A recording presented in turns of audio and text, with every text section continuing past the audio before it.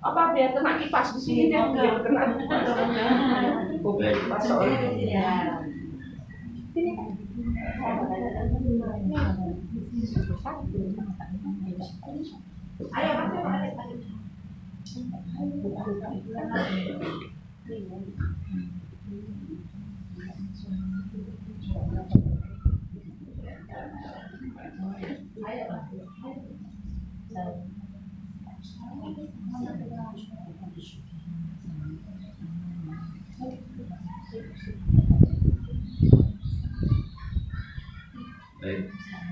Bismillahirrahmanirrahim. Assalamualaikum warahmatullahi wabarakatuh. Innal hamdalillah nahmaduhu wa nasta'inuhu wa nastaghfiruh wa na'udzu billahi min shururi anfusina wa min sayyiati a'malina. May yahdihillahu fala mudhillalah wa may yudlil fala hadiyalah. Wa asyhadu an la ilaha illallah wahdahu la syarikalah wa asyhadu anna Muhammadan abduhu wa rasuluh. Allahumma salli wa salli wa barik ala Muhammad wa ala alihi wa ashabihi wa mawalah wa man tabi'ahum bi ihsanin ila yaumil qiyamah. Ya ayyuhalladzina amanu taqullaha haqqa tuqatih wa la tamutunna illa wa antum muslimun. Ya ayyuhan nas ittaqu rabbakumul ladzi khalaqakum min nafsin wahidah wa khalaqa minha zawjaha wa batha minhuma rijalan katsiran wa nisaa'a wattaqullaha alladzi tasaaluna bihi wal arham innallaha kana 'alaikum raqiba. Ya ayyuhalladzina amanu taqullaha wa qulu qawlan sadida yuslih lakum a'malakum wa yaghfir lakum dhunubakum wa may yuti'illaha wa rasulahu faqad faza fawzan 'azima. Amma ba'du fa inna ahsanal kalami kalamullah wa khairul huda huda Muhammadin sallallahu alaihi wasallam wa syarrul umuri muhdatsatuha wa inna kulla muhdatsatin bid'ah wa kulla bid'atin dhalalah wa kulla dhalalatin finnar. Tsumma amma ba'du, ummahat wa akhawati fillah rahimani wa rahimakumullah. Alhamdulillah, banyak sekali nikmat yang Allah curahkan kepada kita semua. Banyak sekali rahmat dan karunia yang Allah berikan kepada kita semua, terutama hidayah kepada Islam dan hidayah kepada sunnah Rasulullah sallallahu alaihi wasallam. Untuk kita maklumi bahwasanya hidayah itu ada dua, yaitu hidayah ila thoriq wa hidayah fit thoriq. Hidayah itu adalah hidayah untuk menuju satu jalan, dan juga hidayah tatkala kita berada di atas suatu jalan, yaitu jalan di atas Islam ini, di atas sunnah Rasulullah SAW. Karena setelah kita mengetahui sunnah, setelah kita mengislami dan sunnah ini, masih banyak lagi sunnah-sunnah lain yang kita minta selalu kepada Allah agar berikan hidayah untuk kita mampu amalkan. Karena hidayah taufik itu hanya dari Allah Subhanahu wa taala. Kita memohonlah kepada Allah Subhanahu wa taala agar kita berikan hidayah taufik di ila thoriq wa ala thoriq. Alhamdulillah, pada hari ini antuna semua memenuhi undangan kami untuk kita watawasau bil haqqi watawasau bis sabri. Di dalam undangan sudah kami sampaikan sebuah hadis dari Rasulullah SAW. Itu merupakan bisyarah, itu merupakan kabar gembira dari Rasulullah SAW, bahwasanya orang-orang yang berjalan di suatu jalan, menempuh satu jalan yang di situ dia menuntut ilmu agama ini atau ilmu syar'i ini, tidak lain kecuali kalau setelah itu dilakukan, niscaya Allah akan berikan salah satu jalan atau berikan petunjuk padanya, salah satu dari jalan-jalan menuju surga. Sebagaimana sabda Rasulullah SAW, man salaka tariqan yaltamisu fihi ilman sahhalallahu lahu bihi, atau bagi antuna biha tariqan ilal jannah. Barang siapa itu jalan di dalam untuk menuntut ilmu agama, maksudnya ilmu syar'i, ilmu din ini, maka dengan itu niscaya Allah akan mudahkan baginya jalan-jalan menuju surga. Mudah-mudahan saya yang berbicara dan antuna semua yang datang ini tergolong kepada orang yang disifat oleh Rasulullah SAW dalam hadis ini. Dan terutama ketahuilah bahwasanya di antara tanda kebaikan yang Allah berikan kepada kita semua adalah diberikan kita kefakihan, pemahaman, kita mempelajari, memahami agama ini. Sebagaimana dalam hadis sahih bahwa Rasulullah SAW bersabda, may yuridillahu bihi khairan yufaqihu fid din. Barang siapa, ini adalah ini adalah mai di situ artinya adalah itu adalah syaratnya. Ya. Jadi syaratnya. Jadi may yuridillahu bihi khairan, jadi barang siapa yang Allah kehendaki baginya kebaikan, yufaqihu fiddin. Niscaya Allah akan fakihkan dia, Allah akan pahamkan dia tentang agamanya. Jadi mudah-mudahan kedatangan kita ini tidak lain dan tidak bukan untuk kita berupaya tafaqquh fiddin, mempelajari kembali agama kita ini. Karena mungkin dengan banyaknya kesibukan, banyaknya urusan dunia, fitnah dunia dan sebagainya, hingga kita lalai untuk mempelajari agama kita ini. Karena sebagaimana tadi saya katakan di mukadimah bahwasanya hidayah itu ada dua, hidayah ila thoriq wa hidayah fit thoriq atau ala thoriq. Hidayah untuk di atas menuju jalan yang benar atau di atas Islam sunnah ini, dan juga hidayah selalu kita minta kepada Allah ala thoriq, atas kita sudah berada memahami Islam dan as-sunnah ini. Kita selalu memohon pada Allah ditambahkan ilmu. Sebagaimana satu-satunya doa atau hal yang diperintahkan oleh Allah Subhanahu wa taala kepada nabinya itu doa agar minta ditambahkan ilmu. Wa qur rabbi zidni ilma. Katakanlah Muhammad, berdoalah, bermintalah kepadaku, rabbi zidni ilma, mintalah kepadaku ilmu, tambahan ilmu dari Allah Subhanahu wa taala. Baik, pada pertemuan sebelumnya dan sebelumnya juga saya mungkin beritahu bagi ibu-ibu atau ummahat yang baru bergabung dalam pengajian ini di Baitul Quran Mubarakah, kita akan membahas kitab yaitu Nasihati lin Nisa, ditulis oleh seorang wanita, seorang faqihah yaitu Ummu Abdillah binti Asy-Syaikh Muqbil bin Abdul Hadi Al-Wadi'i rahimahullah rahmatan wasi'ah. Jadi ini ditulis oleh seorang putri, seorang ulama besar di daerah Yaman sana, pernah belajar ke Madinah. Beliau adalah Ummu Abdillah namanya, pakai kunyah beliau rupanya. Nah ini insya Allah nih saya tentunya apa yang ditulis seorang wanita sangat pas, sangat cocok untuk bagi wanita ya, untuk kajian khusus muslimah seperti ini. Nah kemarin pada masalah min afatil lisan, yaitu tentang pembahasan masalah tentang afat lisan, penyakit-penyakit atau hal-hal yang membahayakan dari lisan kita ini. Kemarin sudah kita bahas, yaitu tentang bagaimana tentang bahwasanya lisan kita ini yang bisa dengan satu kata itu, jamaah bayangkan sebagaimana sabda Rasulullah dalam Sahih Bukhari, innal abda la yatakallamu bil kalimah. Seorang hamba akan berbicara dengan satu kalimat, satu kata. Dalam bahasa Arab kalimat itu dalam bahasa Indonesia adalah kata. Satu kalimat, min ridwanillah la yulqilaha balan yarfa'ullahu biha darajatin. Jadi jamaah sekalian, seorang hamba akan memberikan hanya dengan satu kata saja dari keridhaan Allah Subhanahu wa taala yang dia tidak terlalu pusingkan atau tidak terlalu ambil perhatian, tapi dengan itu niscaya Allah akan mengangkat dengan itu derajat yang tinggi. Kemudian juga bisa jadi sebaliknya, wa inal abda la yatakallamu bil kalimah min sakhatillah. Dan bahkan sebaliknya, seorang hamba berbicara mengucapkan keluar dari lisan itu satu kata saja, bayangkan hanya satu kata dari kemurkaan Allah Subhanahu wa taala, la yulqilaha balan, yang dia tidak terlalu pikirkan apa yang dia ucapkan itu, yahwi biha fi jahannam, nasallallahu alaihi wasallam, yang dengan itu akan dia masuk terjerumus ke dalam neraka jahanam, nasallallahu alaihi wasallam. Itu diantaranya adalah yang pertama, kemarin sudah kita bahas pada pertemuan sebelumnya, yaitu an-nutqu bisyirki wal kufri, yaitu mengucapkan dengan lisannya itu ucapan-ucapan kesyirikan dan ucapan-ucapan kekafiran, nasallallahu alaihi wasallam. Misalnya sepertinya kaddu'a li ghairillah, seperti dia berdoa kepada selain Allah. Ya, jadi dia minta mungkin kepada dia minta kepada selain Allah. Jadi dia berdoa kepada selain Allah, atau mungkin dia bersumpah selain Allah Subhanahu wa taala. Jadi seperti itu. Jadi nasallallahu alaihi wasallam, mudah-mudahan tidak kita lakukan itu tentunya.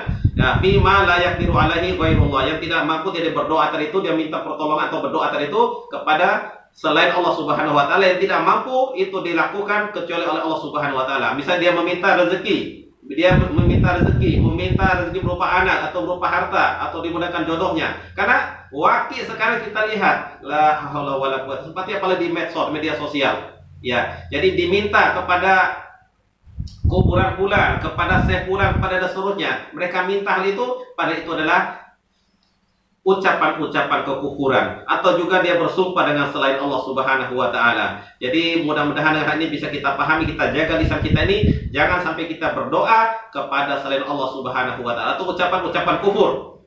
Ya, kemudian juga yang kemarin sudah kita bahas itu tentang an-nutqu bil bid'ati, yaitu mengucapkan keluar dari situ ucapan kata-kata yang di situ adalah perbuatan-perbuatan bid'ah.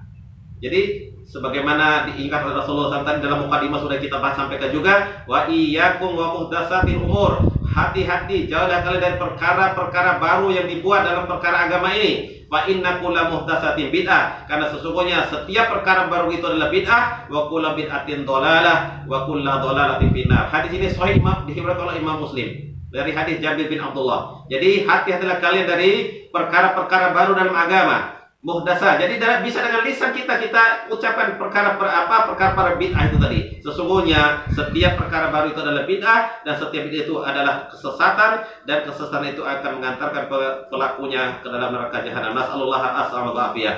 Cuma perlu kita pahami juga, hadis-hadisnya seperti ini adalah hadis wa'id, hadis ancaman. Bukan berarti kita langsung menghukumi setiap orang mengucapkan bid'ah itu langsung kita katakan kamu masuk neraka. Tidak, bukan seperti itu. Jadi harus kita pahami juga bahwasanya kalau seseorang bisa mengucapkan dengan tidak ketahui kata-kata kekufuran atau kesyirikan atau perkara-perkara bid'ah, maka tidak langsung kita hukum dia datu dalam perkara bid'ah. Karena harus ada qarinah-qarinahnya, harus ada mawaninya dan syurutnya untuk kita bisa menghukum sesuatu masuk dalam perkara bid'ah. Kita hanya sekedar menyampaikan, mengingatkan. Sebagaimana hadis Rasulullah SAW ini adalah hadis wa'id, artinya hadis ancaman. Hati-hati, wa iyyakum, artinya hati-hati, waspada kalian dari perkara-perkara bid'ah. Baik, nasallahu alaihi wasallam. Dan kemudian terakhir kemarin kita bahas tentang masalah ghibah. Nah, ini mungkin akhwan sengaja saya ulang sedikit di sini untuk kita sama-sama memahami bahwa masalah ghibah ini sangat besar sekali. Tidak kita sadari, dan memang sebagaimana dikatakan itu memang ghibah ini atau memakan bangkai saudara ini sangat lezat sekali, enak sekali.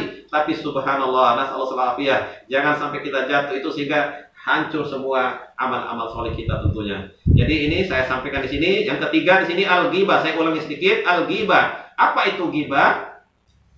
Sangat jelas sekali dijelaskan oleh Rasulullah SAW tentang masalah ghibah ini, yaitu hadis riwayat Imam Muslim. Jadi suatu ketika Rasulullah SAW berkata dari Abu Hurairah, an Abi Hurairah radhiyallahu anhu, anna Rasulullah sallallahu alaihi wasallam qala. Rasulullah sallallahu alaihi wasallam bersabda, "Atadruna mal ghibah?" Tahukah kalian, ditanya para sahabat, tahukah kalian apa itu ghibah? Dijawab oleh para sahabat, qalu Allahu wa rasuluhu a'lam. Allah dan Rasulnya lebih tahu. Kemudian Rasulullah sendiri langsung menjawab, sangat singkat sekali takrif atau definisi ghibah itu. Yaitu apa? Zikruka akhaka bima yakrahu. Ya, kalau sesama perempuan tentunya zikruki ukhtiki bima takrahu. Jadi engkau menyebut-nyebut tentang saudaramu itu pada apa-apa yang dia benci.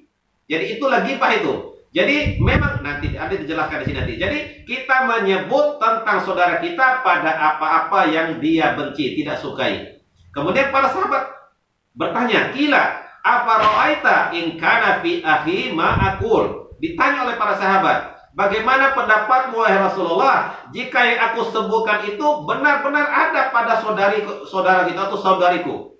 Qala, Rasulullah menjawab, in kana fihi ma taqul, apabila yang kamu sebutkan itu benar ada padanya, faqadi ghtabtahu, maka itulah kamu telah menggibahnya. Sungguh engkau telah menggibahinya, menggunjingnya, membicarakan keburukannya, membicarakan kejelekannya. Nasallallahu alaihi wasallam. Nah, wa illam yakun fihi, apabila yang kalian bicarakan itu tidak ada pada saudara kalian, faqad bahattahu, maka sungguh telah berdusta tentangnya. Jadi begitu, mudah-mudahan kita bisa pahami kembali. Ya, segera untuk ingatkan saya, terutama diri saya sendiri dan akhwati ummahat wa akhwati fillah. Jadi itulah ghibah itu. Nah, sebagaimana kemarin juga sudah saya memberikan kiatnya, bagaimana cara kita menjaga diri agar kita jatuh dalam perkara ghibah ini, yaitu jangan kita bicarakan seseorang yang tidak ada dalam majelis kita itu. Baik kita berdua, bertiga, berempat, atau bahkan seperti ini.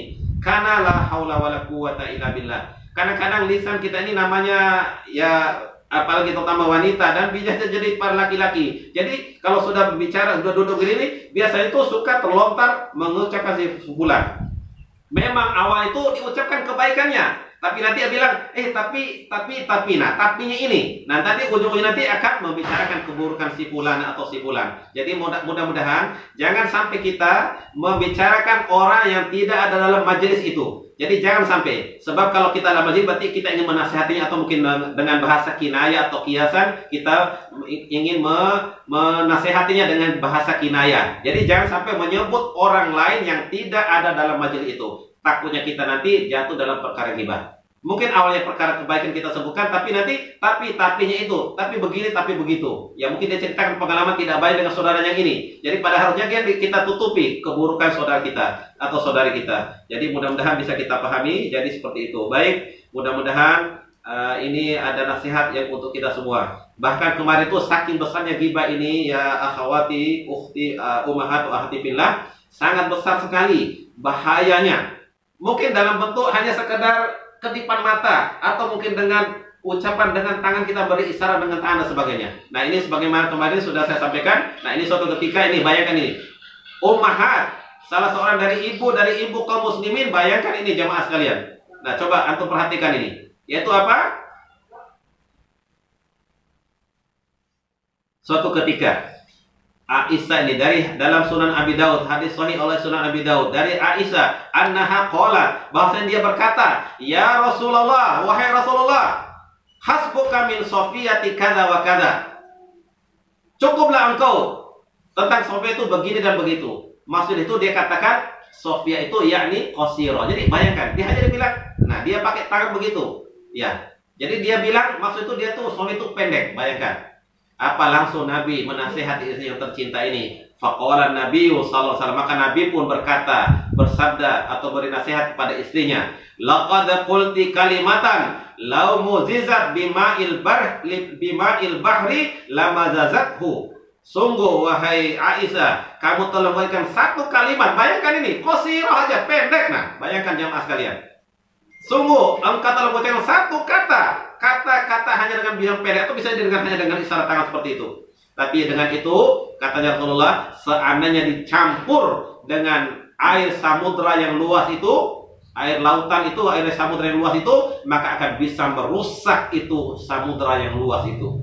La haula wala quwata illa billah. Bayangkan itulah bahaya ghibah ini. Jadi jangan sampai kita membicarakan. Ya benar, mungkin benar sekali Sofia itu memang betul pendek. Dia perawakan dibanding dengan istri-istri Rasulullah yang lain. Nah, tapi benar itu. Tetapi itulah namanya ghibah sebagaimana Rasulullah tadi, wa in kana fihi ma taqul faqad tahu. Jika benar-benar apa yang kamu itu memang ada padanya, itulah namanya ghibah itu. Jadi sebagaimana ini, Sofia itu betul pendek, tapi Nabi menasihati Aisyah, seandainya ucapan kamu satu kalimat tadi, satu kata tadi dicampur dengan air samudra, lautan samudra yang luas itu, maka akan bisa merusak air atau samudra atau air lautan yang sebesar seluas samudra itu. Nasallallahu alaihi. Mudah-mudahan dengan ini bisa kita pahami tentang bahayanya ghibah ini. Baik, kita lanjutkan sedikit untuk hal tentang masalah ghibah, yaitu ya sudah kemarin tentang masalah apa? Jangan sampai kita termasuk sifat-sifat seperti ini, yaitu orang yang baru beriman dengan lisannya tetapi belum masuk iman itu dalam hatinya. Yaitu janganlah kalian, katanya Rasulullah, la tu'dzul muslimina wa la tu'ayyiruhum wa la tattabi'u auratihim fa innahu man tatabba'a aurata ahihil muslim tatabba Allahu auratahu wa man tatabba Allahu auratahu yafdahu walau fi jawfi rihlihi. Jadi di sini juga nasihat Rasulullah kepada orang yang disifat oleh Rasulullah, wahai orang hanya baru beriman dengan lisannya, baru lisannya mengatakan dia beriman, tetapi belum masuk iman itu dalam hatinya. Nabi SAW menyeru seperti ini dulu orang-orang seperti ini yang sifatnya, yaitu apa? Jangan kalian menyakiti kaum muslimin, janganlah kalian mencela mereka, menghina mereka, janganlah kalian mencari-cari aurat-aurat mereka, kesalahan-kesalahan mereka. Wa innahu man tatabba aurata akhihi muslim tatabba Allahu auratahu. Karena sesungguhnya barang siapa yang mencari-cari aurat, kesalahan, cacat, celah saudaranya muslim, niscaya Allah juga akan mencari-cari celah, cacat, aurat, kesalahannya. Nasallahu alaihi. Nah, ini yang perlu kita pahami. Nah, barang siapa yang telah Allah cari-cari, Allah Subhanahu pilih-pilih, selidiki auratnya, Allah nanti akan bongkar itu keburukannya. Allah akan bongkar itu auratnya atau keburukan dan kehinaannya walaupun dia bersembunyi di dalam rumahnya. Nasallallahu alaihi wasallam. Jadi seperti itu jemaah sekalian, mudah-mudahan bisa kita pahami tentang masalah ghibah ini, besarnya bahaya ghibah ini. Nah, ini la haula wala quwata illa billah. Nah, ini mungkin ini astagfirullahaladzim. Mudah-mudahan tidak kita lakukan ini semua ya ummahat wa ahati fillah tentang masalah ghibah ini. Karena suatu ketika dalam hadis sahih, dalam sahih musnad, bahwasanya Rasulullah SAW bersabda, "Lamma urijabi," tatkala aku dimi'rajkan oleh Allah Subhanahu wa taala waktu peristiwa Isra Mi'raj, marartu biqaumin, aku melewati suatu kaum, lahum azfarun, mereka memiliki kuku-kuku, cakar-cakar kuku yang sangat panjang, min nuhasin, dari tembaga. Bayangkan. Jadi nanti orang yang saya ceritakan aja langsung. Jadi orang yang menggibah ini jemaah sekalian nanti kelak di akhirat itu, nasallallahu alaihi wasallam, Allahumma inna na'udzubika min ashabin nar. Semoga Allah melindungi kita semua, mudah-mudahan tidak kita tergolong dari penghuni neraka. Alhamdulillah. Coba bayangkan ini ukhti wa akhwati fillah. Jadi tatkala Rasulullah SAW dimi'rajkan itu, Rasulullah melihat kaum ya atau sekelompok manusia yang kukunya ini Allah takdirkan Allah jadi nanti dari tembaga. Bayangkan, dari tembaga. Jadi dengan itu mereka mencakar-cakar wajah mereka dan juga dada-dada mereka. Kemudian aku bertanya kepada malaikat Jibril menemani Rasulullah SAW. Jadi man haula ya Jibril, siapa mereka itu wahai Jibril? Maka Rasulullah SAW, maka dijawab oleh malaikat Jibril, haula illadzina yakuluna luhuman nas. Jadi itulah orang-orang yang memakan bangkai-bangkai manusia, memakan daging manusia, maksudnya membicarakan keburukan manusia. Ya sebagaimana dalam ayat itu, a'udzubillahi minasyaitonirrajim. Ya ayyuhalladzina amanu jtanibu katsiran minadh-dhann inna ba'dadh-dhanni itsmun wa la tajassasu wa la yaghtab ba'dukum ba'dha. Hai orang-orang yang beriman, janganlah kalian berburuk sangka, karena sebagian besar dari buruk sangka itu adalah dosa. Wala tajassasu, jangan cari kesalahan orang lain. Wala yaghtab ba'dukum ba'dha, janganlah kalian menggibahi satu sama lain, menggunjing, membicarakan keburukan satu sama lain. Bayangkan jamaah sekalian, Allah Subhanahu wa taala memisalkan orang yang menggibah saudara ini dengan memakan bangkai saudaranya dengan bentuk pertanyaan, ayuhibbu ahadukum ayyakula lahma akhihi maitan fakarihtumuh. Sukakah salah seorang dari kalian memakan bangkai saudaranya? Tentu dia akan merasa jijik. Wattaqullah innallaha tawwabur rahim. Takutlah kalian semua kepada Allah, sesungguhnya Allah itu Maha Tawwabur Rahim, Maha penerima taubat dan Maha penyayang.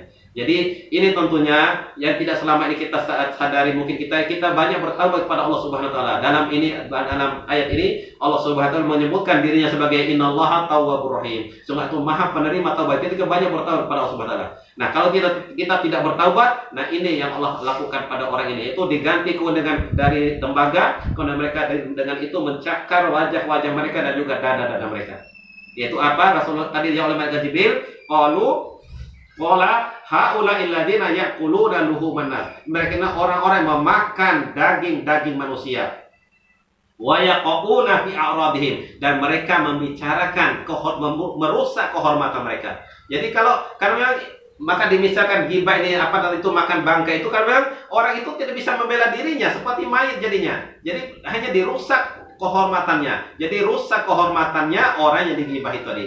Jadi nasallallahu alaihi wasallam, mudah-mudahan kita tidak seperti ini, yaitu orang nanti akan dirubah kuku yang panjang, sangat panjang, berupa dari tembaga, ya dari itu mereka mencakar atau merobek-robek wajah dan juga dada-dada mereka. Nasallallahu alaihi wasallam. Baik, mudah-mudahan dengan ini bisa saya sedikit bisa kita semua banyak-banyak berhati-hati tentang masalah ghibah ini. Nah, kemudian di sini saya lanjutkan bacakan. Nah, ini ya saya ingatkan diri saya kembali dan atau Hawati wa Ummahat. Nah, ini buku ini memang ditulis oleh wanita yang tahu betul bagaimana tabiat karakter wanita. Maka ini saya bacakan apa adanya, semampu saya menerjemahkan untuk kita semua sebagai nasihat buat diri saya, istri saya, anak-anak saya, ada para wanita dan keluarga saya semua ini. Wa akhwat, tentunya kalian antuna semua adalah saudari saya di jalan Allah Subhanahu wa taala. Baik, mudah-mudahan dengan ini bisa kita pahami. Kemudian saya lanjutkan sedikit dulu. Ini terakhir sebentar. Ada sedikit perlu dipahami tentang tentu kita bertanya, ya Allah, betul-betul dong kita ini tidak boleh berbicara tentang siapa saja ini, kita harus jaga lisan kita, hanya dengan satu kata bisa tadi masuk ke neraka jahanam tadi. Nah, ada pengecualian tentunya. Tentu pengecualiannya tentang masalah ghibah ini. Jadi di sini saya bacakan saja. Qala al-Hafiz Ibnu Katsir fi tafsirihi, yaitu Al-Qur'an Al-Azim. Berkata Al-Hafiz Ibnu Katsir dalam tafsirnya, yaitu ghibah ini muharramatun bil ijma. Ghibah itu hukumnya haram. Semua ulama sepakat haramnya hukum ghibah ini. Ya. Wala yustasna min dzalika illa ma rajahat maslahatu. Dan tidak ada pengecualiannya dari ghibah ini kecuali yang jelas-jelas kemaslahatannya. Nah, sebagaimana nanti ada ini kama, sebagaimana contoh ini fil jarhi wa ta'dil. Jadi para ulama ahli hadis itu,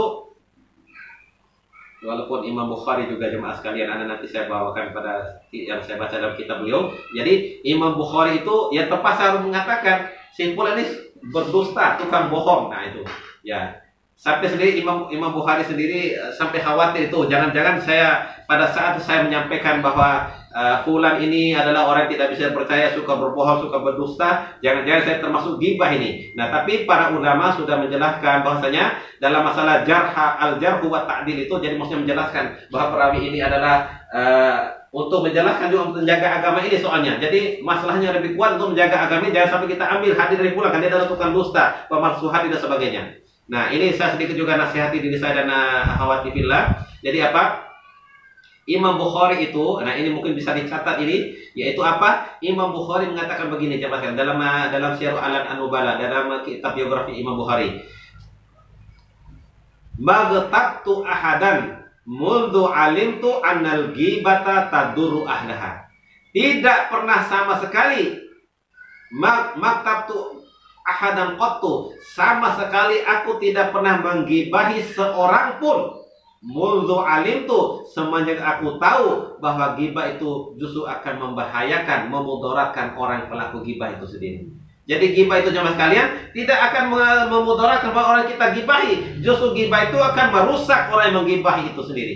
Jadi orang yang menggibahi justru dia akan membahayakan diri sendiri. Ya seperti tadi kita bisa lihat dari ayat-ayat dan hadis kita baca tadi. Jadi jemaah sekalian jadi seperti itu. Jadi Imam Bukhari ini mengatakan seperti itu. Maghtabtu ahadan qattu. Jadi qat itu sama sekali aku tidak pernah menggibahi seseorang. Muldu alimtu, semenjak aku ketahui annal ghibata tadurru ahlaha, bahwasanya ghibah itu justru akan memudaratkan, membahayakan pelakunya itu sendiri. Nasallallahu alaihi wasallam. Baik, jadi itu mungkin bisa kita pahami. Jadi itu tadi contohnya itu. Kemudian juga kalau kita mau nasihat, ya nanti ada ini. Jadi seperti ini. Nah ini tolong dipahami dengan baik ini. Jadi boleh tadi dalam masalah jarh wa ta'dil tadi, atau juga kita dalam memberi nasihat. Nanti ada di sini. Jadi dijelaskan di sini bahwasanya lamas adalah dzalika rajul al-fajir, tatkala ada seorang yang terkenal fajirnya, jadi terkenal jahatnya, minta izin masuk menghadap Rasulullah SAW. Idzanu lahu, Rasulullah menyuruh Rasulullah SAW datang mengizinkan orang yang jahat ini masuk menghadap beliau.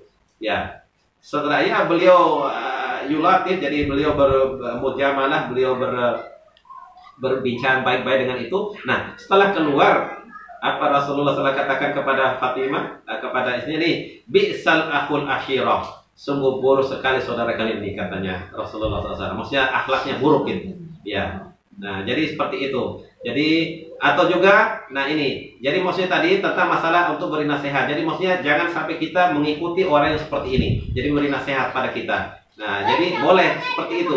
Jadi sebatas yang dibutuhkan tentunya. Jadi jangan sampai ikuti pulang yang begini dan begitu. Ya, ya jadi seperti itu. Nah, kemudian juga boleh tentang masalah beri nasihat tadi, contohnya seperti ini.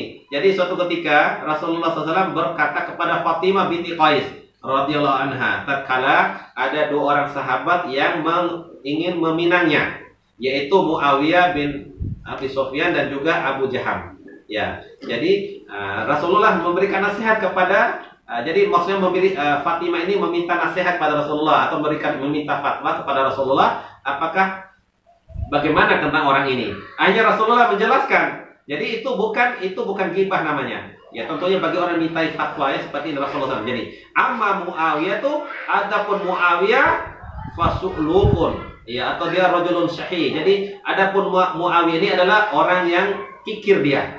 Jadi maksudnya dia sangat berat atau sangat sulit memberi nafkah kepada keluarganya atau istri dan anaknya. Jadi orangnya kikir.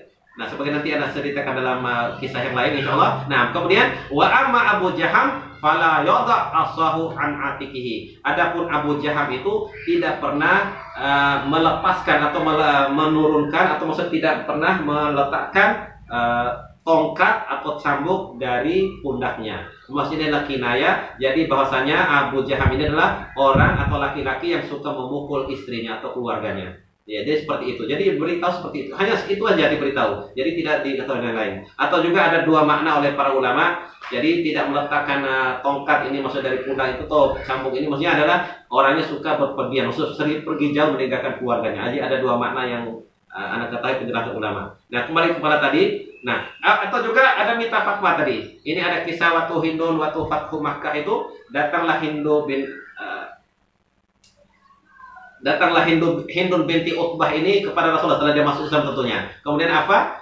Hindun mengatakan, jadi maksud itu meminta fatwa atau maksudnya mengadukan suaminya. Kemudian apa? Dia katakan bahwa ya Rasulullah, bahwasanya Abu Sufyan itu adalah orang-orang yang pelit. Disebut dalam hadis ini tadi, orangnya pelit.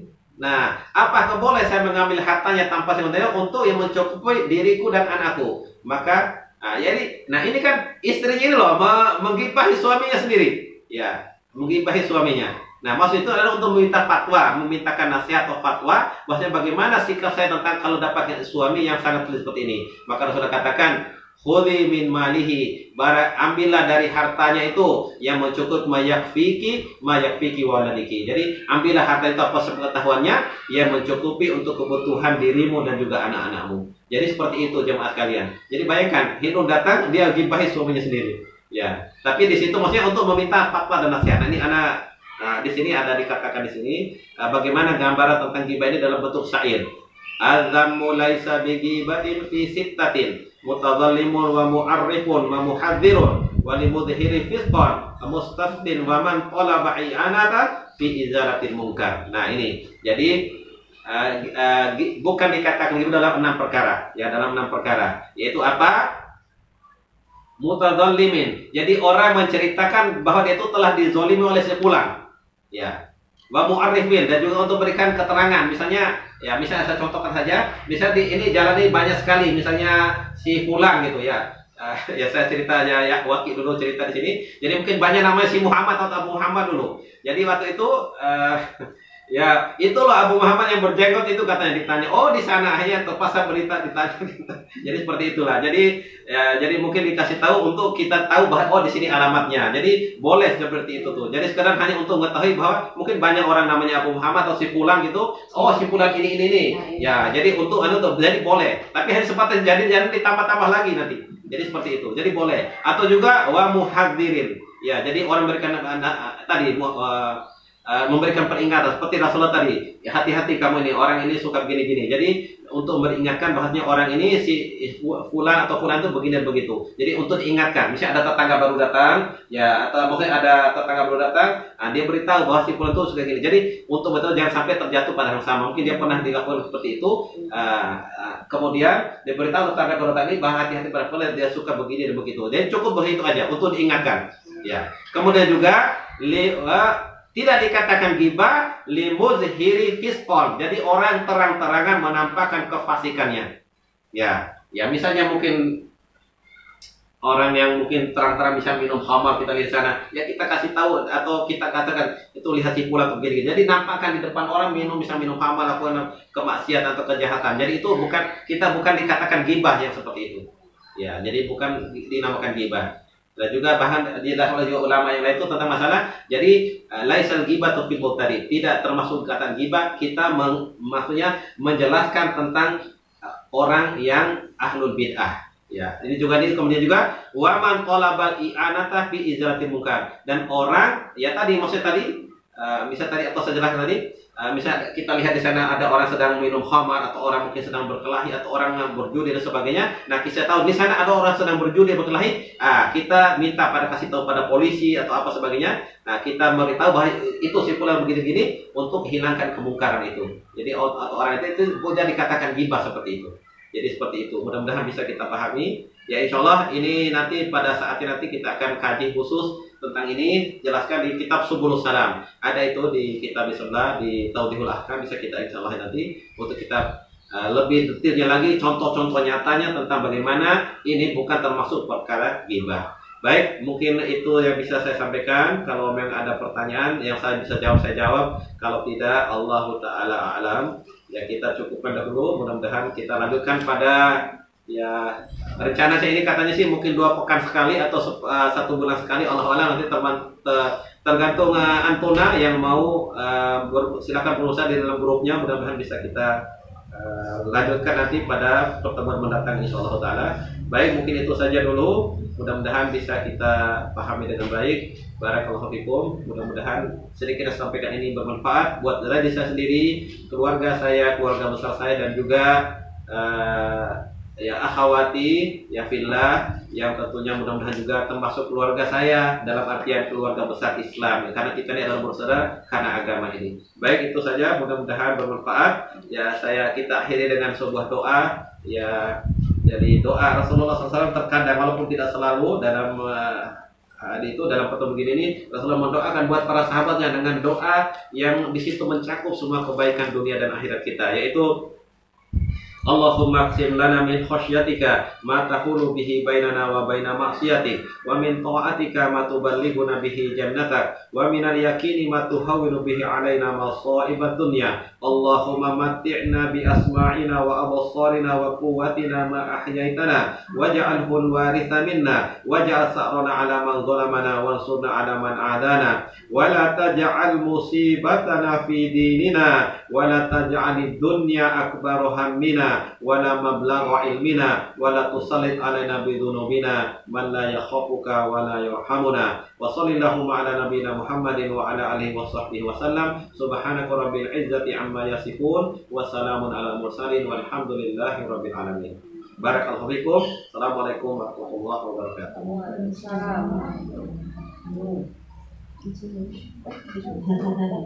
Kalau mau bertanya silakan, kalau tidak ada, alhamdulillah kalau memang bisa dipahami. Karena yang hanya berupa nasihat kan bukan masalah fikih.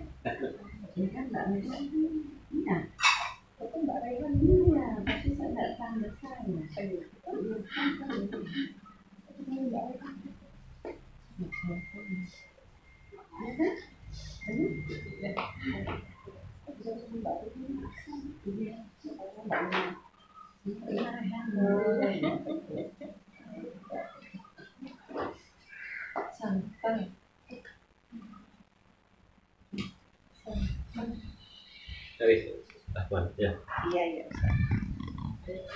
Umi ada Umi?